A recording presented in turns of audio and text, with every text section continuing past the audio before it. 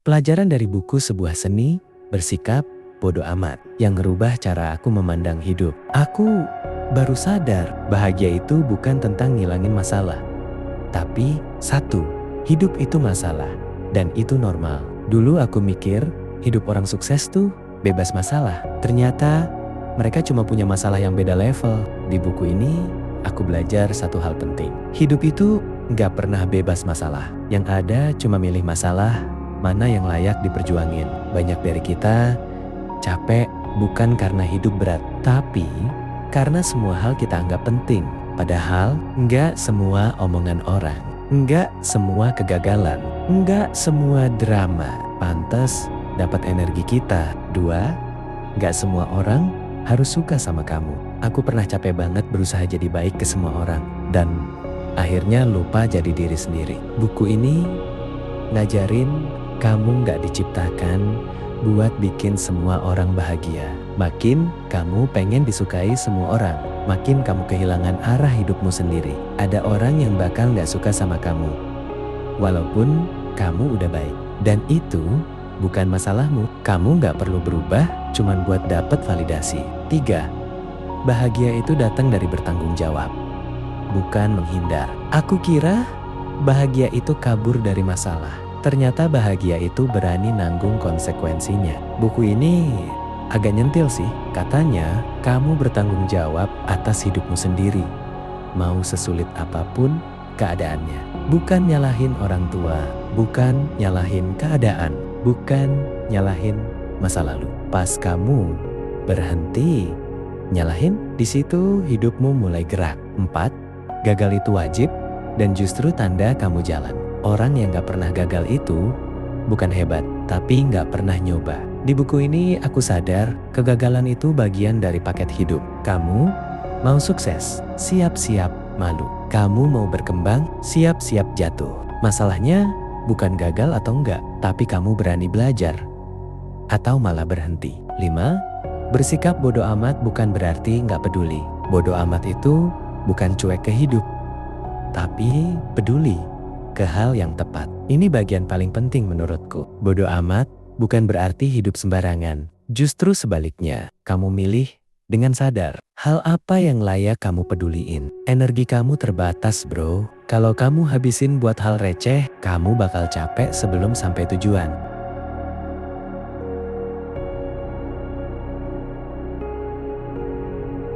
Dan dari situ, aku mulai nanya ke diri sendiri satu pertanyaan penting. Sebenarnya, apa sih yang benar-benar penting buat aku? Karena selama ini, aku sibuk ngejar banyak hal, tapi jarang berhenti buat milih. Aku kerja keras, tapi nggak tahu buat siapa. Aku ngejar pengakuan, tapi lupa nanya, aku bahagia atau enggak? Buku ini nggak kasih jawaban instan, tapi maksa aku jujur sama diri sendiri. Aku mulai sadar kalau hidup ini bukan tentang jadi spesial di mata semua orang. Hidup itu tentang punya nilai dan berani hidup sesuai nilai itu, walaupun nggak populer.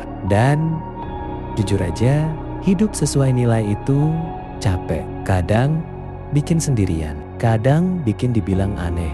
Tapi lebih capek lagi, hidup pura-pura demi diterima semua orang. Ada bagian di buku ini yang bikin aku mikir lama. Katanya, kita sering pengen hidup tanpa rasa sakit, tanpa kecewa, tanpa sedih. Padahal rasa sakit itu bagian dari hidup. Masalahnya bukan di rasa sakitnya, tapi di rasa sakit apa yang kita pilih. Aku bisa milih sakit karena berjuang atau sakit karena nyesal, dan dua-duanya sakit. Tapi hasilnya beda. Dulu aku sering iri sama hidup orang lain. Lihat media sosial, lihat pencapaian orang, lihat kebahagiaan orang. Aku ngerasa tertinggal, ngerasa kurang, ngerasa hidup aku gagal. Padahal aku lupa satu hal. Aku cuma lihat highlight, bukan keseluruhan cerita. Sejak itu aku pelan-pelan belajar berhenti bandingin hidup aku dengan hidup orang lain. Karena hidup bukan lomba dan setiap orang punya waktunya sendiri. Buku ini juga ngajarin aku buat berdamai sama ketidaksempurnaan. Aku nggak harus selalu percaya diri. Aku nggak harus selalu kuat. Aku nggak harus selalu tahu jawabannya. Aku boleh bingung. Aku boleh takut. Aku boleh ragu. Yang penting aku nggak berhenti jalan. Karena hidup nggak nunggu aku siap. Pelan-pelan aku mulai ngerasain perubahan kecil. Aku lebih tenang. Bukan karena masalah aku hilang, tapi karena aku berhenti melawan semua hal. Aku berhenti nyoba ngontrol apa yang orang pikirin tentang aku. Aku berhenti nyoba jadi versi sempurna. Aku fokus jadi versi jujur. Dan di situ aku paham satu hal penting. Kedewasaan itu bukan tentang tahu segalanya, tapi tentang tahu mana yang bisa aku lepasin. Aku nggak perlu menang di semua debat. Aku nggak perlu balas semua komentar. Aku nggak perlu jelasin diri aku ke semua orang.